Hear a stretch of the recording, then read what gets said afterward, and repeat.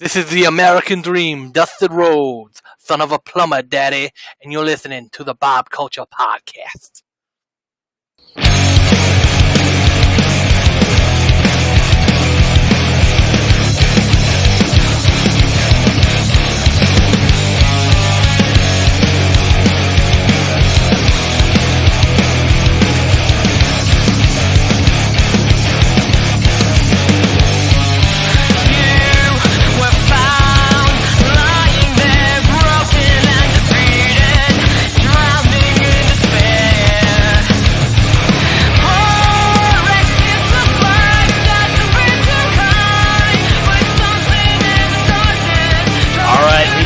Welcome back.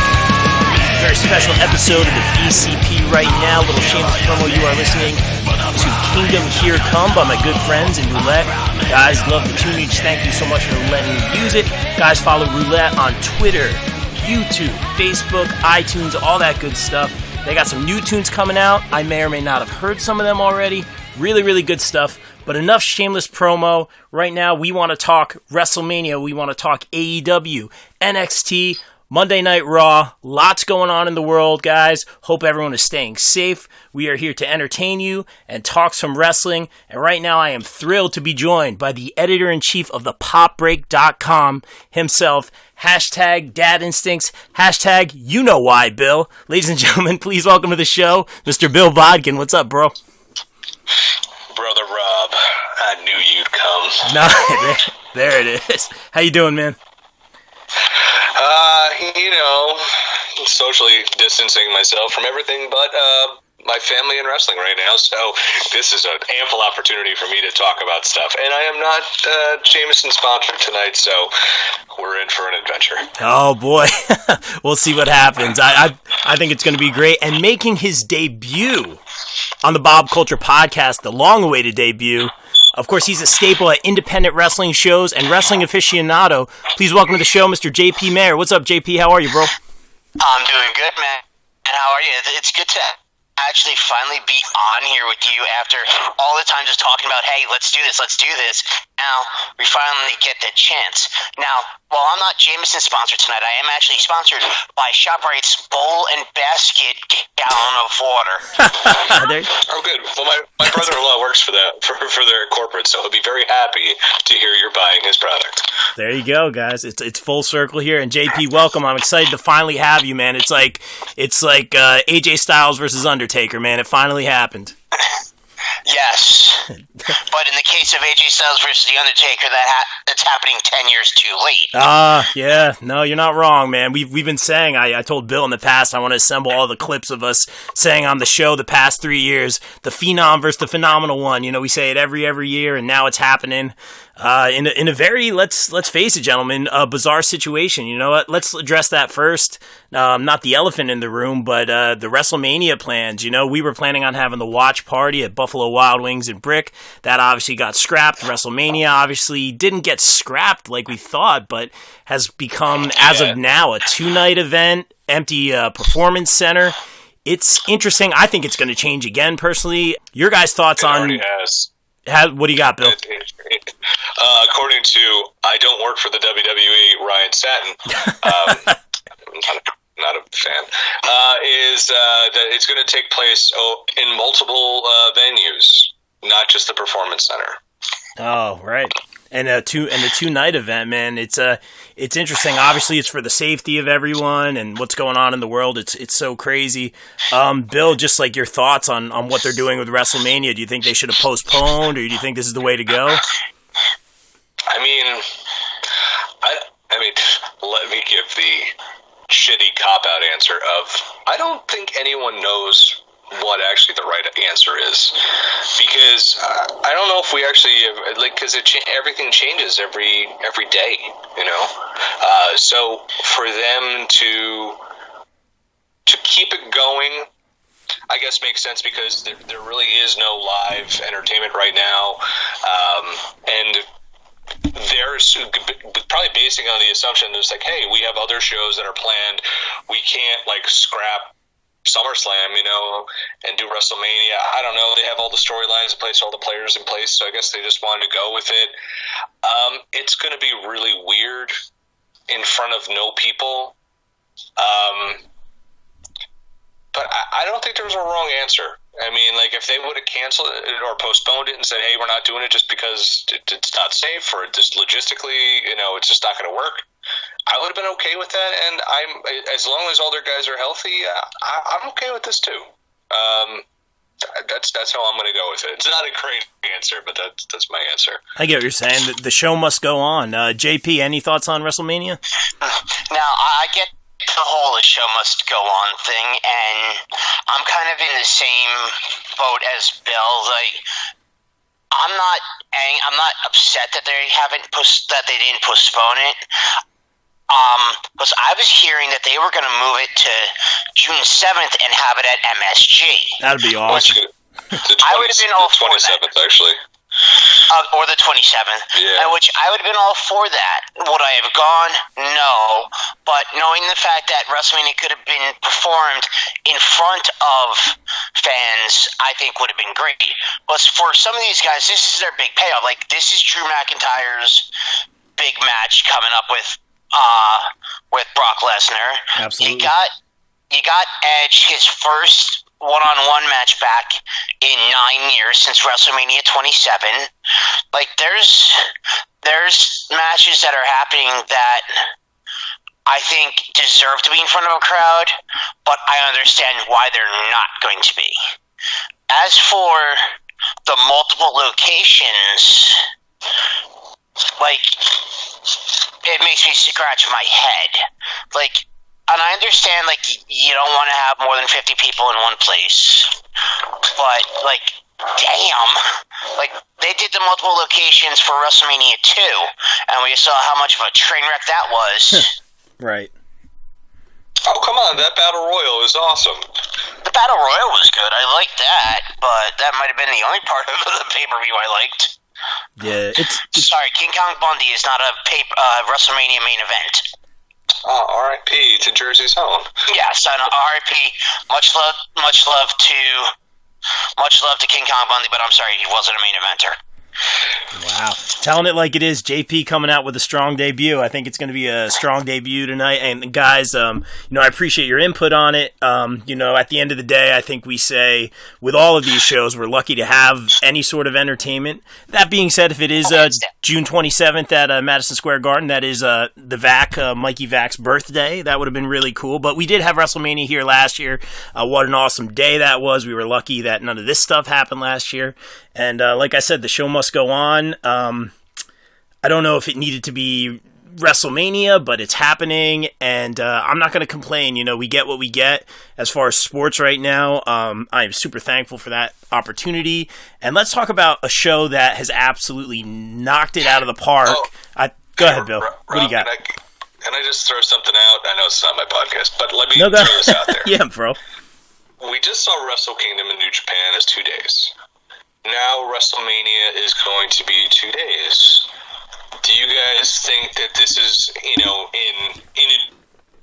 inadvertent beta test for something that has been kicked around, that WrestleMania could be, instead of a 7 to 8 hour affair, becomes a 2-day event? I could see that. And I don't think that would be a bad thing. Because what's the biggest problem with WrestleMania? It's just like when we got to, and Rob, you were there. JP, I don't know if you were there. The crowd was kind of dead for the groundbreaking Ronda Becky Charlotte main event. At least it seemed that way. And we see that during a lot of WrestleManias where the crowd is kind of like, I've put in a full work day just sitting in this arena, and maybe this isn't a bad way to beta test, what the WWE audience viewing-wise would do. And, WrestleMania, a 2-day event might not be this might be, especially if they're thinking of selling it, maybe to an ESPN. Maybe one day is on ESPN, maybe one day it's on the network. Could be a real interesting way for them just to test the waters to see how a 2-day WrestleMania would go. That's a great point, man. I like the way you put it, beta testing. I'm personally not for a 2-day WrestleMania. In this particular circumstance, it's the perfect time. It's the perfect beta test, as you put it. Now, I was there last year, got up early, for the hotel, what was it, mark out at the Meadowlands. I got some great interviews here. This is where I would normally insert name drops. We'll fast forward. We had a great time tailgating before WrestleMania. Then it was a long, long day. I think all of us fell asleep at one point just because it was just a long, long day. I think pre-show started 5. It ended after midnight easily. So we were 12:30, I think it ended. Yeah, easily. Yeah, exactly, man. And it was such a long day, but my issue with this, and again, I'm nitpicking, I think, you go this day, like if I want to see Rey Mysterio and AJ Styles in the same night, I don't want to see these guys one night, and like what day do I get my tickets for? Or can you only get 2-day tickets, like Warped Tour or something like that? So that's a little confusing to me. I like it all being one day, one thing. If it's not in our area, we're all going to Matt's house and having brisket. You know what I'm saying? I hear you. So yeah, and it's like with me, like many other people, we got there early to tailgate. We were part of the SCE tailgate, which had like 400 something people. It had a wedding. SCE. Sorry, I had to. Sorry.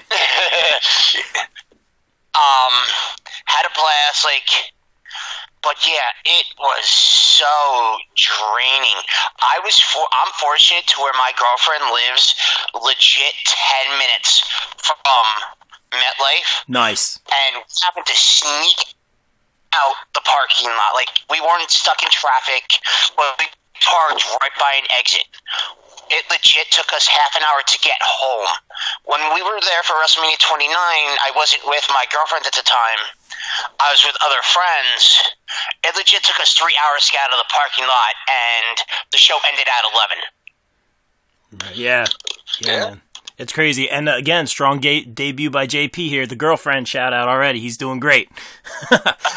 All right. Smart man. All right, guys, let's move on to a show that was fantastic last night. I'm very excited to talk about this. A show with, limited, not even resources, but limited audience. Things are going on in the world. It's very crazy. And they made this thing happen. We've seen WWE at the Performance Center take their swings at it, and it's been great. Triple H has been fantastic. But I gotta say, it was a slam dunk last night with some of the Mr. X. I really was a fan of Cody's opening last night, having the wrestlers become the crowd, which I had heard on the internet was toyed around with as an idea in the WWE. I wasn't too high on it, but the way they did it last night with the gambling, making it somewhat of a storyline, just having that background noise added a tremendous amount to that show. I was surprised at how much I liked it. They did a fantastic job. Bill, I'm going to throw this one to you because you had a fantastic write-up on the show on thepopbreak.com, man. Your thoughts on this show overall and Cody's, intro. I think people had an issue with it. I really liked it. I think people had an issue. They had an issue because he transitioned early on from real life events to storyline. Yeah. But man, I've been a big AEW fan from the jump, and that really blew away expectations. I also reviewed SmackDown on Friday for thepopbreak.com, and I thought that was probably one of the best SmackDowns I've seen in a long time. That and the NXT takeover, basically, pun intended, I guess, were two of their best. And I thought AEW did a phenomenal job, presenting the show they always present. I think one thing that is a bit that people have knocked, and it's a little bit of it takes you out of the show a little bit of an already odd show is re-airing matches we've already seen. The men's the tag team elimination chamber on Friday, the men's Royal Rumble on Monday, but AEW presented a full AEW show. They did not care that Billy Gunn's son was the audience, which will be the most dynamite time Billy Gunn's son is going to get in a long time. No laughs on that one? Oh, all right. I chuckled. I appreciate. They went out. They went all out. They did what AEW always does, and I was like, wow, that was great. It kind of reminded me, and this is totally non sequitur of a parallel, but kind of like Dropkick Murphys did on St. Patrick's Day. Yeah. Like, they performed to 5 people in a black box studio, and they played it like they were going to play in front of a sold-out arena in Boston on St. Patrick's Day. They played with all their heart and all their soul, and that's what AEW did. And Cody is the face of AEW. He might not be the champion, but he will always be the face. And he's the type of guy who's going to give his heart and soul to everything he does, especially this. And that kind of set the example and set the tone for the night. And I thought it was great. They didn't hold anything back. Am I really bummed out that I can't be in Newark next week and see Matt Hardy in Blood and Guts? Yeah, totally. But again, I get it. Let's do right for the world. But it was a great show, man. They didn't have to do everything they did, but they didn't, and that was pure entertainment. Yeah, man, really well said. I love the Dropkick Murphys comparison. Really, really well said. What a great set by those guys. Cody pouring his heart and soul into this company. I've seen it firsthand, staying at Philly. They're tearing down the ring and the show's over and he stays and takes pictures with everyone and really just goes the extra mile. That is his brand. Brandy Rhodes, I thought, did a fantastic job announcing. I saw your tweet about that. I think it was Bill. Bonus points, gotta say. Everyone was shocked. I'm like, she did this in WWE for a few years, right? I mean, for what show did she do it for? Remind me. She was Monday Night Raw for a while. Yeah. Was she? She took over for Justin Roberts, yeah. No way. Well, yeah, her name wasn't Brandy Rhodes. It was Eden Styles. Yeah. JoJo took her place, right? Yeah, after Brandy left in support of Cody, it became JoJo and then Mike Room. Right, yeah. So she was like 2, announcers generations ago. By the way, there's a GIF right now, Rob, you're going to laugh, of Chad from Standalone, a wrestler using his baby carriage to ram Jimmy Lloyd square in the groin.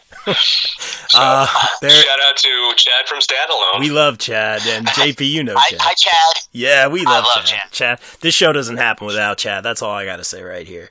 But going back to AEW, gotta say, bonus points because they had the pyro going. It was just like a regular show. Obviously, you can't do pyro in the PC. They had so much pyro. It was great. It was amazing. Obviously, I understand why there's no pyro going into PC. They did a lot with like the lights and the lasers and all that, which was very cool. But bonus points for the pyro. JP, your thoughts on AEW's attempt? Okay, first, AEW has pyro. WWE, we have lasers. Nice. Ooh. Lasers. To start the show, Cody Rhodes in the ring by himself in front of nobody, talking from the heart. It got me. Like that just pulled me in. I'm like, yeah, I'm going to enjoy this show. Yeah. And then one by one, they all come out. Nick Jackson, Kenny Omega, and then Hangman Page doing his cowboy shit. But he wasn't drinking a beer. He was sipping a little whiskey. I don't know if you guys saw the tweet he put out. I'm talking about how he's not going to be drinking beer for the foreseeable future, but he's going to be drinking whiskey. Kills all germs. Exactly. Oh. Who goddamn knows? And then just having the heels on the one side, the faces on the other side, just providing excitement.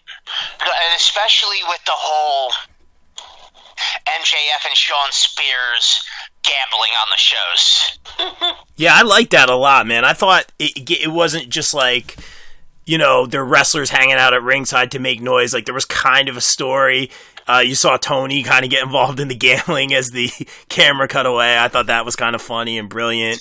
And so there was kind of a little bit of the story to the wrestlers being on the side, which I thought was really cool. But another thing, obviously the big reveal, we've been watching the Free the Delete series every Wednesday. I remember texting Bill yesterday like, hey man, did they put the episode out yet? No, nothing yet. Sure enough, the big reveal, Brody Lee, formerly Luke Harper. What did you guys think about that big reveal? And were you guys disappointed, or what did you guys think? I was not disappointed at all, because you know what? they hid Brody Lee in WWE, put him as Luke Harper. Looked like he hadn't had a bath in 6 years, and he come from the backwoods of Montana. But go ahead. But Brody Lee is, when it comes to Jersey wrestling, more specifically Jersey All-Pro Wrestling. Hell yes, brother. He is God. So, to have him as the Exalted One, I knew it was going to be him the whole time because I could not see Matt Hardy as a heel doing the broken Matt Hardy. Well, that gimmick is way too over. Great point. So having Brody Lee as the Exalted One, I like it. Now you have a set stable in AEW Dark Order. You got Brody Lee is the leader, Evil Uno, and Dick Grayson. Stu Grayson. Dick Grayson sounded better because it reminds me of Robin, like Batman and Robin, or in this case, it'd be Batman and Robin. Wow. Hey, I'm a fat person. I'm allowed to say fat people jokes. Well, you know. And then Alex Reynolds and Johnny Silver as their lackeys who have to put a mask on before starting the match, but they come out like, hey, here's our faces. Here's what we look like. But it's just like, we got to put the masks on. But yet, Stu Grayson doesn't have to wear a mask. And he's the one who needs the mask because he's ugly as fuck. Wow. Tell us how you really feel, brother. JP. What did you think about the reveal, Bill? I did not, Luke Harper, I mean, I guess if I was just disappointed in Luke Harper, Brody Lee being revealed is mostly based on a Colt Cabana joke that he did not have an indie run as hardcore fisherman Luke Harper.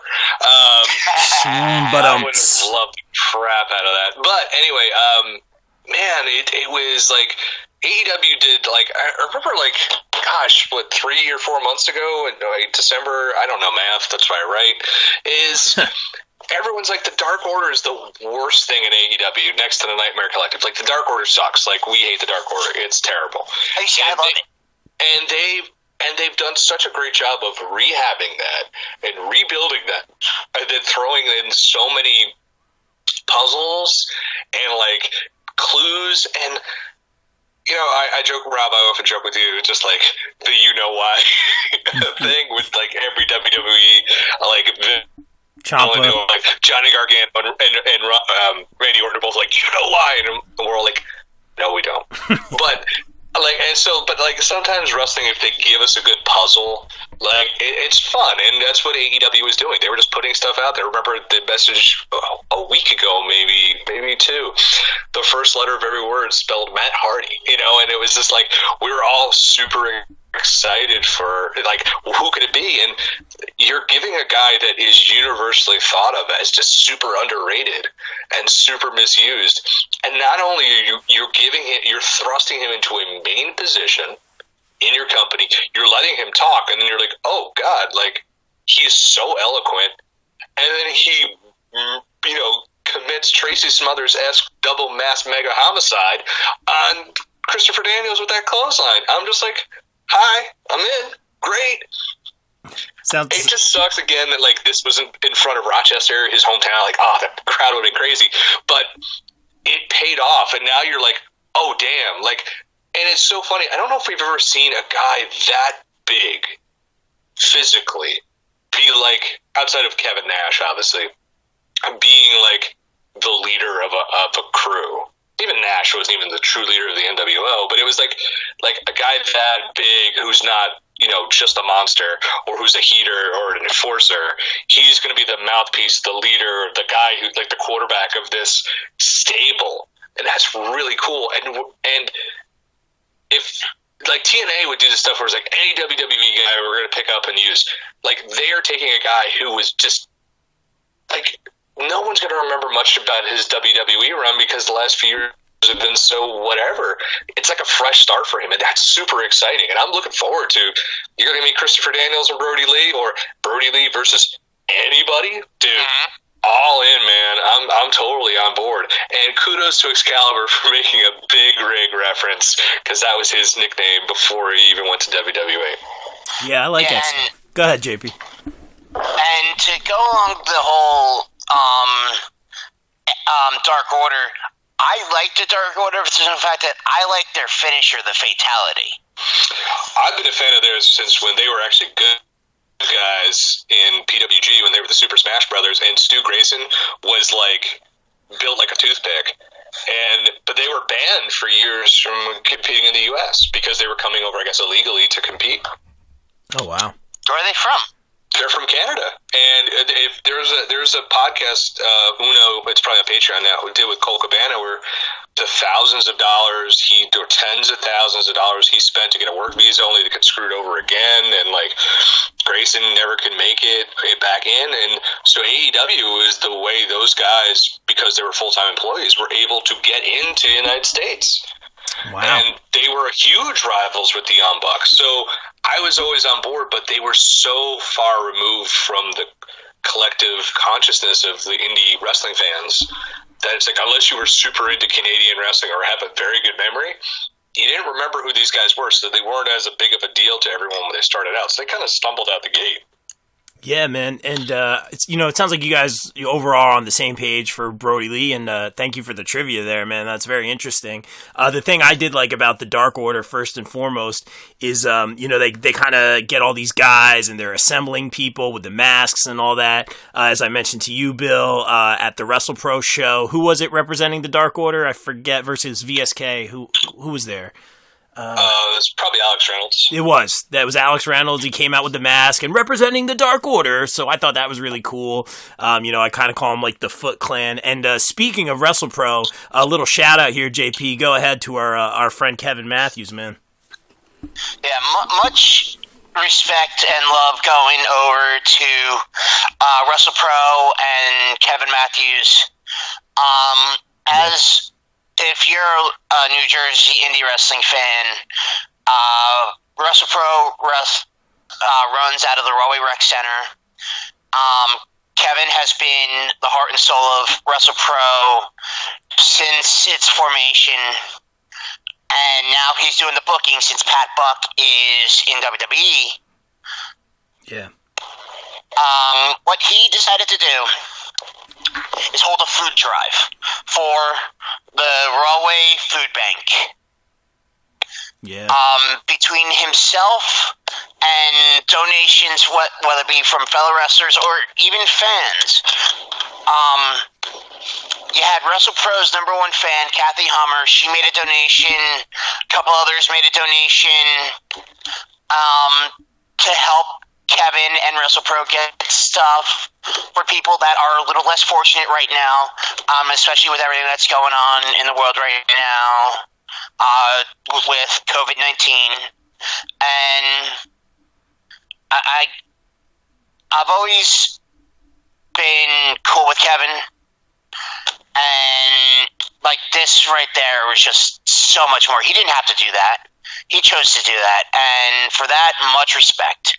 Yeah, man. Very, very well said. Yeah, I saw what he was doing, They did have that show, obviously, like everything else that got not even postponed, although he did try to really do everything he could to move the location to make that show happen.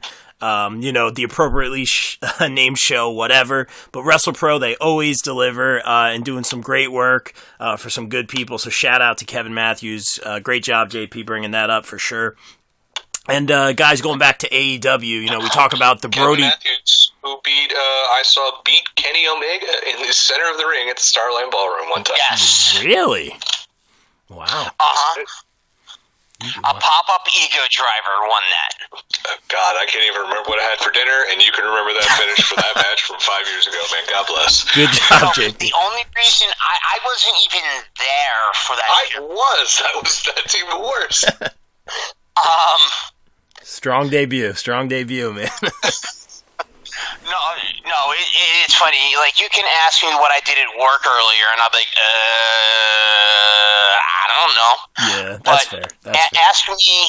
Ask me who won a match at SummerSlam '92. Oh yeah, this is how it happened, and this is how it ended.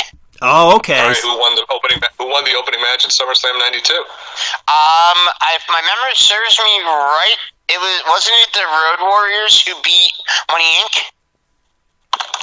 Oh, he's typing. I mean, I'll just say yes. He's typing. So we got another, we call VAC the Human Wrestling Encyclopedia, but we might have a run for his money right now with JP. Oh, I am a sponge of useless information. Don't tell. You know what, JP? When we do eventually have our viewing party, which will probably be for Money in the Bank or SummerSlam at this point, at a Buffalo Wild Wings, we were thinking about having Stump the Vac. So we might have to have you guys go head to head and just have people, ask you guys random trivia questions, and whoever. We'll have to have a kid or something represent each one of you, and whoever wins gets the prize for the kid or something. That'd be fun. I'm down. All right. And you are correct. The ding, ding, ding. opened with the Legion of Doom versus Money Inc. Strong debut. I was torn between two. It was either that one or Martel versus HBK with Sherry, and the whole don't hit me in the face. Oh, wow. That's me with myself every day. But I'm sorry. Anyway, there it is. Sorry, that's one of my depression there. Sorry. No, don't. Anyway, So yes, Kenny Omega did lose to Kevin Matthews in New Jersey. That is correct. But yeah, man, it's like I thought the Brody Lee thing was amazing. Rob, what did you think? You know what? I'll say this. I thought it was appropriate. I thought it was fitting. I wasn't like disappointed that it wasn't Matt Hardy, but I just like thought all the build to that. And you guys had great points about Matt Hardy, not coming out as a heel. I think that makes a lot of sense. But I was like, again, the word's not disappointed. I was a little bit like, okay, this is where they're going. This makes a lot of sense. This was like a very number one pick. And he came out, did a great job with it. I got to let it play out before I fall in love with it.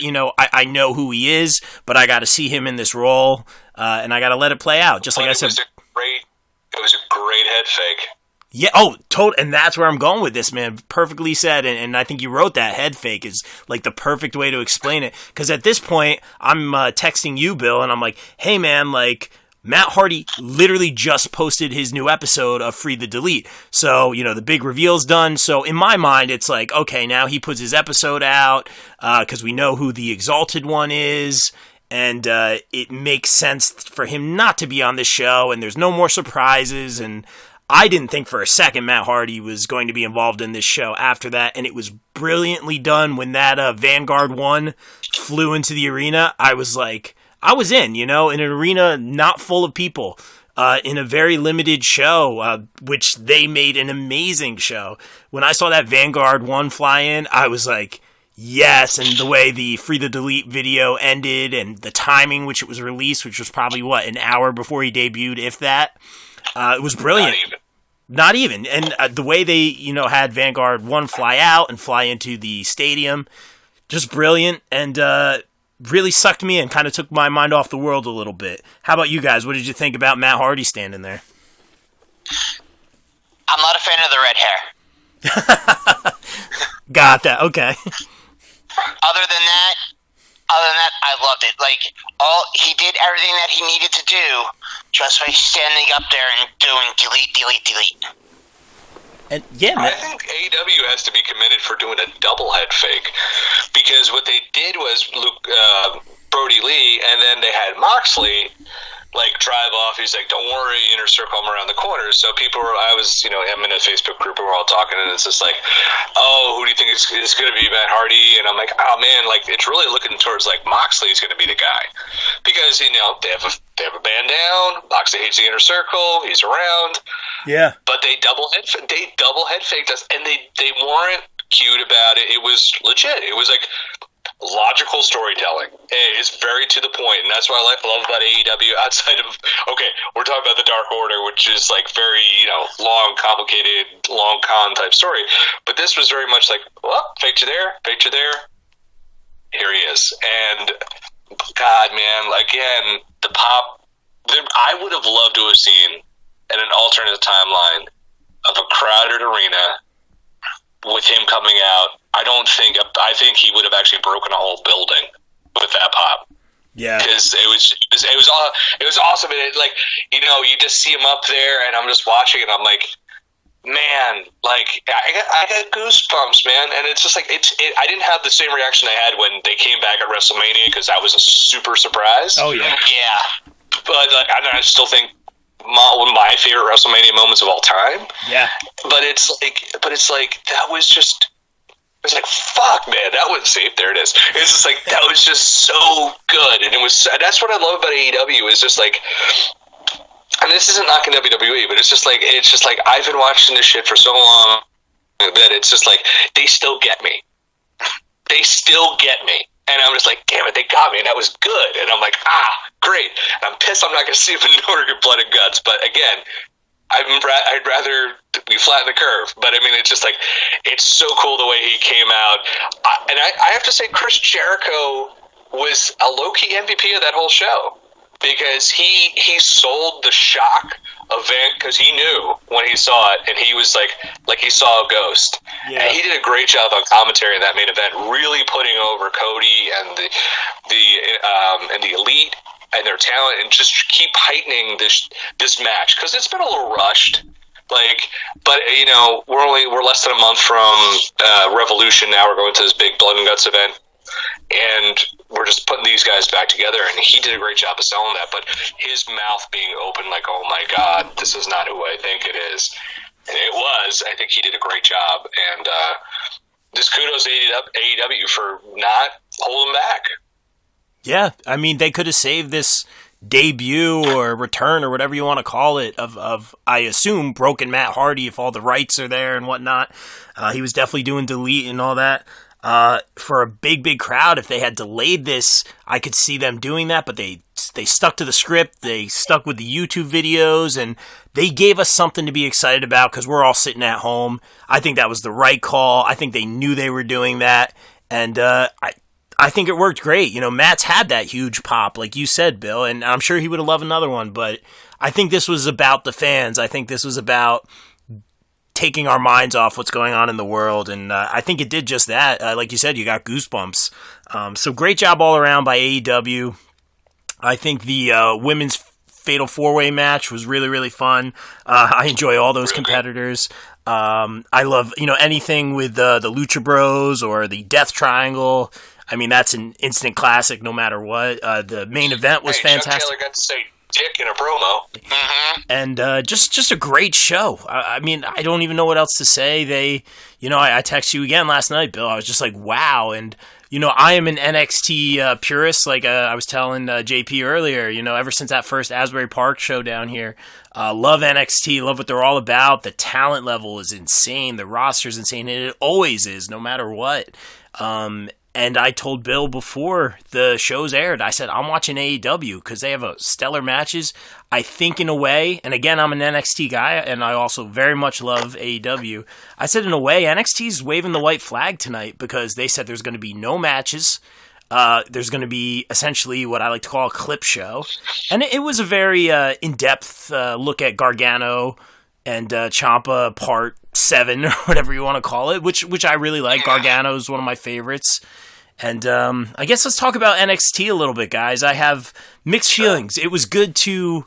I don't know, Bill, did we actually find out why? Do we know why? Because you looked into his eyes and he saw. And I'm just like, shut up, just fucking tell me. Yeah. It's just like, it's basically, he said he thought, I don't know, it was some vague bullshit. It really was. I'm just like, just say, he basically was saying something like, Ciampa, he saw the old Ciampa. He hasn't changed. He saw through the act, and that's who he was. He wasn't going to, basically, like, almost like he wasn't going to win clean, and no one believes Johnny but Johnny. I'm just like, I don't know. It's still stupid. Like, it's still a shitty reason for this angle to be rehashed. Like, the match will be great, but it's just like the players are in the wrong positions to me. Yeah, I I love these guys. I mean, Gargano might be my favorite right now. You know, Rey Mysterio obviously being my favorite of all time, the guy who got me into this whole thing. But Gargano is my current favorite right now. I think the way that storyline had played out was perfect. I would have loved to see a Cole, as I've said a million times, Cole Ciampa Gargano fight at what was supposed to be TakeOver, which has now been canceled. Triple threat for the NXT title. That would have been amazing. You know, the real winners, as we always say, the fans.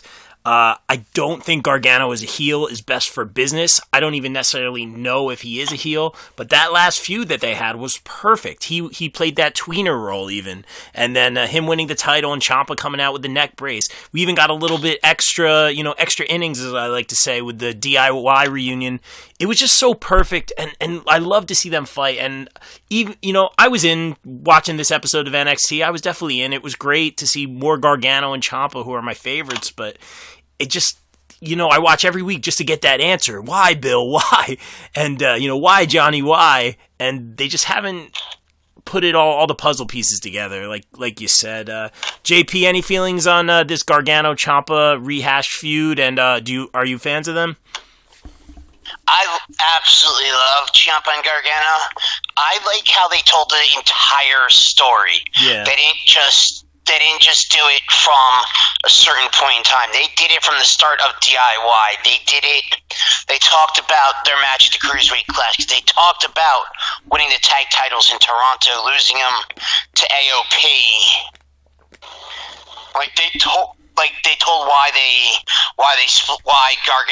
Ciampa did what he did. So I was all for, it told the ultimate story. Okay. Now, the one thing that I was thinking, because Ciampa was saying that he cannot see himself and Johnny Gargano both being in NXT, so I thought it was going to be between the two of them, like a one-on-one loser leaves NXT type of thing. Oh, okay. Which Ciampa would have won, and Gargano would have gone up to the main roster. But it looked like it was going to be Adam Cole versus Velveteen Dream for TakeOver. Yeah, right. Yeah. I guess we'll never know. I don't know how they're going to do it. We don't know what's going on in the world right now. But yeah, it did look like Dream versus Cole, which is, I guess, cool. I mean, Dream just came back, right in that main event picture. It's been entertaining, and it was clever how they did it, but might be just too soon for me. It's all very confusing. And then, as far as last night's episode, it was mostly looking back at the Gargano-Ciampa feud, which is great, but again, no wrestling. And I think Rhea had a promo. I saw a little bit of it on YouTube. Nothing crazy, just kind of addressing how there will be no fans, and that's a disadvantage for Charlotte, who's used to performing in the stadiums, and, Rhea, learned everything at the PC, or, was a big part of that, and she kind of has, the home field advantage, so to speak. Which makes no sense. Yeah, because Charlotte was there. Yeah. It's I can't wrap my head around all this. Yeah. NXT right now has hit. Unfortunately, I think the worst thing to happen to NXT, and I'm sure I'm in a very small camp about this, was it being exposed to the main roster. It was like a double-edged sword. They wanted to get NXT exposed because, one, it's on the USA Network, and two, they wanted to compete with AEW and crush AEW. And they kind of, I think, lost focus of what they were supposed to do, which is just tell really good stories, complemented by really great wrestling. Mm-hmm. I think it was all we got to get all these cats over, and now you have Rhea Ripley, who they made look strong in a protected way. And I feel like again, I'll be the minority, I don't feel like she's even close to being on Charlotte's level. I think she's taken a big step back in terms of quality and presentation since having to go with the main roster. NXT in general has taken a big step back too, because it's Velveteen Dream, who is over as a face, basically came back as a heel. And we're supposed to get behind him, and he's doing a lot of things that it was a lot of confusion. And we're rerunning Dijakovic and Keith Lee for the 150th time. But why? Because they have no ideas. And it's just like, let's go back to what brought us to the dance a year ago, 2 years ago. And they're rerunning that, and it's like too much interference from up on high. It feels like, I could be wrong. And so the waters have been muddied because they have so much talent, yet they have no creative direction because instead of doing their own thing, it feels like they're worried about defeating AEW. And we have no real faces. We have all heels. And it's just a weird time in NXT creatively that I don't think any of us have ever experienced as fans of NXT. Because NXT has always been that haven for us to go to escape from bad WWE creative and silly angles and wacky BS. And that's kind of what we're getting right now in NXT. And I think people are seeing that and are like, this ain't my NXT. Yeah, I mean, I won't say it's red alert or all hands on deck for this one, but I get what you're saying, man. If something's not status quo here, something's a little bit off, I guess, and, Velveteen... You said it yourself. They built, it was like you ran into Worlds Collide and Rhea Ripley already was challenging Charlotte, but she had Bianca, so what did Toni Storm even matter? Yeah, and then when we got to Bianca, what does she even matter because she's got Charlotte Flair? So it's this very weird world they've got themselves involved in, and I almost think like this whole thing is a great way with Taker being canceled to get stuff out of the way, get it out of your system, course correct, and go back to what brought you to the dance. Absolutely, and again, it's not off the rails or anything yet, but for the first time in a long time, it feels a little bit off. Something's just not quite right, and this is before all the weird stuff in the world started happening, so it's not that. Yes. We know this. It's like last week they had NXT the PC, but apparently this was scheduled to get the PC, and they had a full schedule of matches. They could have very easily done the same thing again. Yeah, I mean, unless, still had matches. Right. Yeah, no, I get what you're saying, man. The only thing is, I'm sure they're protecting their talent. I mean, who knows? I mean, AEW had a huge show. I mean, let's face it, guys, not to be grim or anything, but if a wrestler contracts this thing, I think everything changes. Not to be grim or anything like that, but yeah, no, you're 100% correct. Yeah, and we want to keep it positive here. We want to take everyone's mind off that stuff, but let's be real, and who knows what's going on, behind the scenes or why they canceled those matches. I mean, AEW had a stellar show before it even happened, just on paper. So, like I said, they waved the white flag in my mind. And again, huge NXT guy. But let's move on to, or move backwards, I should say, to Monday Night Raw this week. We had that segment with Taker and AJ Styles. Your thoughts on that? We'll throw it to JP. What'd you think about Taker and Styles, this contract signing segment? For starters, that was the quickest The Undertaker's made it to the ring since his biker days when he rode down on the motorcycle. You've done it now. Yep. Yeah, man. No, I'm sorry. I will always, and for thinking of the Biker Taker, I will always think of WrestleMania 19, him and Fred Durst in the ring together. Yeah. And just Fred Durst going rolling. Nice. Hey, man. Absolutely. What'd you think of the segment, though? I thought it was good. I like the fact that they're not touching each other. Oh, I see what you mean. He went after the OC. He went after the Good Brothers. But now, last time I checked, the Men's Royal Rumble happened in January. I didn't need to see a replay of it. Kind of like I didn't need to see the replay of the Elimination Chamber on Friday.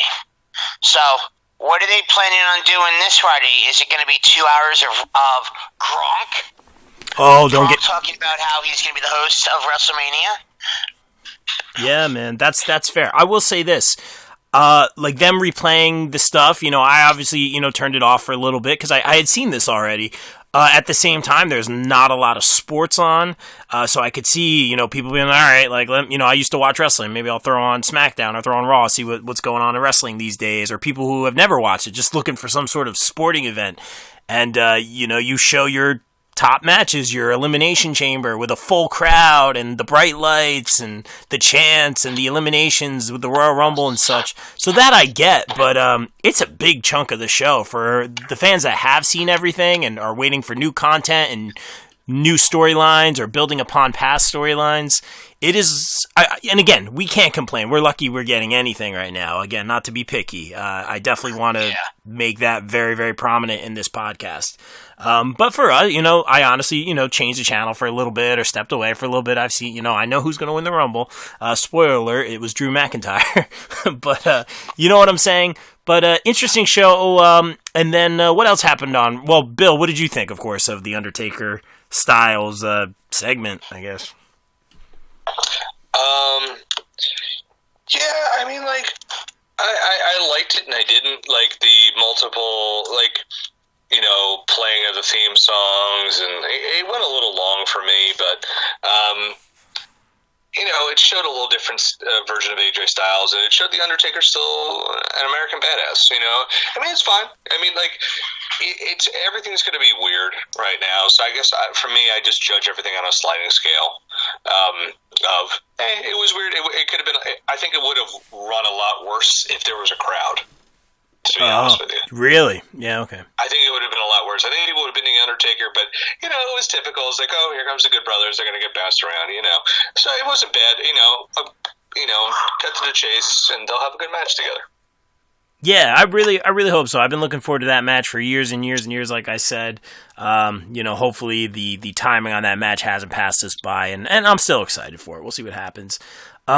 Let's talk about on Raw. Let's throw it back to 316 Day. JP, let's throw it to you. Your guy, your all-time favorite, Stone Cold Steve Austin. Can anyone do a Stone Cold impression? I can't. But well, what did you think about that, JP? I went to the grocery store and I bought some milk. Okay. What? Some hamburgers. What? Some hot dogs. What? Some cold beer. What? Some ice cream. What? More beer. What? Whiskey. What? Jack Daniels. What? Okay, enough. All right. Nice. I've also... now, granted, 316 Day, it would have been a lot cooler had it been in front of a crowd. He would have gotten the big pop. Oh, yeah. I found the Byron Saxon stuff to be hilarious. And I didn't realize it until the next day when Austin tweeted about it, that he kicked Byron Saxton right directly in the dick. Yeah, he did kick him, all right. And I had to go back and watch it. I'm like, oh my god, he really did kick him in the dick. Ugh. Oh, I saw that in real time, and my wife saw it. She's like, oh my, he kicked him right in the nuts. I'm like, that might have been the penis. Yeah, and then watching, just looking at Saxton's face, I'm like, oh shit. Yeah, man. So were you happy to see Stone Cold did that segment deliver for you? Oh, absolutely. And I liked the segment that they aired from after Raw, when the Street Profits came out, and Montez Ford gave him the cup to pour the beer in, and then they just both caught stunners. I did not see that. I found to be... I got to see that. Yeah, which is kind of ridiculous that you have a show with no crowd and you have dark segments. I mean, come on. Well, it beats what they did on SmackDown on Friday when they went to commercial. They stopped wrestling. I mean, yeah, but I mean, I don't mind that because it's just like, you gotta save your body. I mean, you're gonna keep wrestling through it. But I thought Austin was pretty rad. I mean, it was just like, the dude knows how to carry a room, even if there's no room. Crowd. Yeah. And I had friends who don't watch wrestling texting me saying, "Oh my God, I watched that Steve Austin thing in front of no crowd. That was amazing." And these people do not like wrestling. Wow. So it definitely resonated. And like, I think my favorite part was when he started drinking the beer, fell backwards, and cut his head open. I mean, that was great. You know, it's just like that's the thing about Steve Austin, man. He's going to come out and deliver joy. It's going to be soaked in beer, but it's going to be joy. And that's what we all need right now. We just need some ridiculousness. And I thought Triple H was like a good, you know, he got that ball rolling on SmackDown. Very well said. And that's the bottom line because Bill Bodkin said so. Sometimes. That's right, guys. So, anything else on Raw? I'm trying to think. Most of it was the Royal Rumble match. Anything else? Any other segments? I'm trying to think. Becky came out, had a few words. She had a good promo. Kevin Owens had a really good promo too, man. Edge came out. Edge started the show. That's right. Yeah. Yes, and challenged during the Last Man Standing. So I think they said he drove something like 17 hours to get there or something like that. I saw that. Yeah, because he wasn't able to fly there. Oh, and Ray beat Andrade. Oh, how did I forget that, man? Yeah, Ray Andrade, I mean, that's always a great match. Yeah, man. No, it wasn't Umberto, so There it is. He had to get it in. There's the Umberto jab. All right, guys, but I think we covered a lot, and we'll have a lot more wrestling coverage, hopefully a lot more interviews and stuff coming up, with our downtime. I'd like to say this before we get out of here, guys, support everybody, especially, I know some people who run some local businesses. This is already hurting them. So do what you can to support local businesses. Do what you can to support our friends. A lot of these local wrestlers that the three of us all know personally, and it's a weird time for them. I know one guy that's had like 9 cancellations within a week outside of WrestleMania. Just all these big shows, WrestleCon, people that we're close with and work with and have done so much for us and our podcasts. So make sure you guys support them. And anything else you guys want to add before we get out of here? It definitely sucks with everything that's going on. With indie companies, unfortunately, having to cancel or do empty arena shows. Because right now on IWTV, they got GCW's doing the Acid Cup. That's right. Synergy next Saturday is holding the show that they were supposed to have, but they're doing it in front of no crowd. And obviously some matches changed, but yeah, Freelance is doing a show on IWTV from the Pro Wrestling Tees warehouse. Tomorrow concludes the Acid Cup. There's Will Ospreay just helped, I think, WrestleVotes do a free show on YouTube. They got like 90,000 views and raised like a whole bunch of money for the performers. So I highly recommend subscribing to IndependentWrestling.tv. It's $9.99 a month. It's a really good subscription, and the more streams you watch, the more money goes to the companies that you're watching. So it's definitely a good thing to get on there. A lot of great indies. So. Oh God, yeah. Like if it's an indie company here around, chances are they're on there. You got GCW, you got ICW, you got Synergy, you got CZW. I'm trying to think. You got WrestlePro, Pro Wrestling Magic. Like, if it's an indie company, Pizza Party Pro Wrestling. Pizza Party. I like pizza. Much love to Chad at Standalone, and as well as Billy and Charlie at Titan. GCW. Again, Kevin at WrestlePro. My friends over at Pro Wrestling Magic. Colin at Synergy. By the way, happy birthday, Colin. Aw, birthday shout. Strong debut. What did I say? This guy over here. But go support companies, even if it's like going to their a link to their merch site and buy merch. Absolutely, man. Yeah, go buy a T-shirt. But, message these guys, get an 8x10. I message some of my friends like, hey, we need an 8x10 made out to the Bob Culture podcast, which is awesome. We always love seeing these guys flying from wherever they come from. So it's tricky right now for them. And it'll be interesting to see the creative ways that people make things happen. I love the wrestlers doing stuff online right now. I love the local band scene doing a lot of these live streams, as we talked about earlier. So support everyone. And speaking about supporting everyone, let's get a little shameless promo out of the way, as we always do here. JP, where can everyone follow you on Twitter? All that good stuff. You can follow me on Twitter at JPMayor80. I know, very original. I don't tweet that often. I do tweet from time to time. Most of the time I retweet stuff. I'm okay with that. Or something. But yeah, I go on Twitter half the day and just see what dumb shit people are doing nowadays. Yeah. In this world, I don't blame you. Bill, where can everyone follow you, and some shameless plugs for the site, please?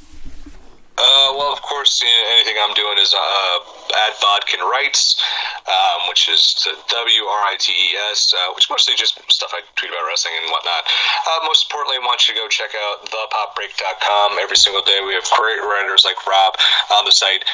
We're talking about Raw, SmackDown, AEW, NWA, all sorts of stuff. We got reviews coming of the Rob Van Dam documentary that the big cat Matt Wittes wrote for us. We also, cover film. Obviously a little bit hamstrung there right now, but music, television, comic books, thepopbreak.com. Follow us on Twitter at popbreak.com, all spelled out, /popbreak.com, all spelled out on Facebook, and at the Pop Break on Instagram. I feel like I've said that a few times in my life. Yeah, I'll say. Really great stuff. And let's just say this, Bill, we have been absolutely crushing it with our interviews lately. I'll leave it at that. Well, you've been crushing it, and thank you. Oh my God! Yeah, he just got there. It is. No, speaking of Twitter. Yes. Big E, 5 hours ago, posted pictures of his old 8x10s. Oh wow! Holy shit! I'd love to check that out. Yeah, that's getting a retweet. That's at WWE Big E. Yes, at WWE Big E. Shoutouts to Big E. I met them in September when Kofi was still WWE champion. New day. Did you hold the title? I most certainly did, sir. Yes. Did you feel like a little kid like I did? Absolutely. Yeah, man, it was amazing. All right. It's a damn shame that he lost that title 5 days later. That's right. Hey, man. I know. It's crazy, dude. It's crazy. All right, gentlemen. Thank you so much for a few minutes of your time. Stay safe, and lots more podcasting to come this week. All right, guys. Take care. We're out. Peace. Goodbye. Bye.